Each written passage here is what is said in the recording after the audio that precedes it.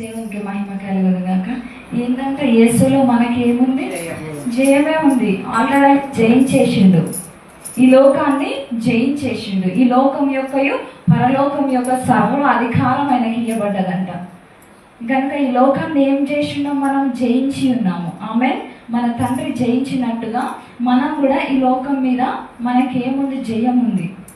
మరి చాలా మట్టుకైతే ఈస్టర్ అని చెప్పగానే నిజంగా దేవుడు పునరుత్థానమై తిరిగి లేసాడు అని చెప్పేసి చాలా మంది అందరూ చెప్పుకుంటూ ఉంటారు.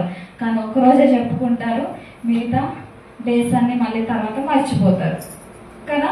దేవుడు జయించిండు అన్న సంగతిని ప్రతిరోజు మనం చెప్పుకోవాలంట. ఆమేన్. ఆ జయంలో మనం ప్రతి దినం నడిచినప్పుడు ఆయన యొక్క సన్నిధిని మనము అనుభవించగలుగుతాము. ప్రతి శాపము నుంచి మనకు విడుదల వచ్చేసింది, ప్రతి బంధకము నుంచి మనకు విడుదల వచ్చేసింది. దేవుడు ప్రతిదీ కూడా ఈ లోకమును, లోకపు కార్యాలన్నిటిని కూడా ఆయన ఏం చేశాడు?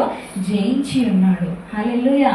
అందుకనే ఆయన నామంలో ఆయనను ధరించుకున్న మనం కూడా ఏం చేస్తాం? ఈ లోకాన్ని జయించిన వారంగా ఉంటాము. హల్లెలూయా. అందుకే దేవుడు ఒక మాట అన్నాడు, ఏంటి? జయించి వారు నాతో కూడా నా సింహాసనమునందు నేను వారిని కూర్చొనిచ్చేదను అని అంటున్నాడు ఆయన. ఆమేన్. ఈ లోకాన్ని జయించుటంట నీ విజయము నీ విశ్వాసములోనే ఉందంట. అసలు జరుగుతుంది ఏంటనంటే మనం ఆయన నమ్మలేకనే పొందుకోలేకపోతున్నామంట కార్యాలు.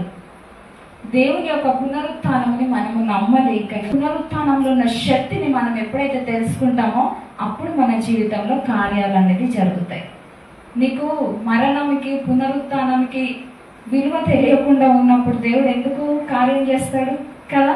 ఆ విలువ మనకు తెలిసిన రోజే మనం ఆశీర్వదించబడతాం. చూడండి, చాలా మంది దేవుడు నాకు సహాయం చేయట్లేదు, నా బ్రతికి ఇలాగే ఉంది, ఇంతే ఉంది, అదే ఉంది అని చెప్పి చాలా చెప్తా ఉంటారు. అన్ని సమస్యలే చెప్తా ఉంటారు. కానీ నీ విజయం ఎక్కడో లేదు, నీ విశ్వాసంలోనే ఉంది. నువ్వు నిజంగా దేవుని మీద విశ్వాసం ఉంచినట్లయితే ఆయన నీకు విజయాన్ని చేకూర్చేవాడిగా ఉంటున్నాడు.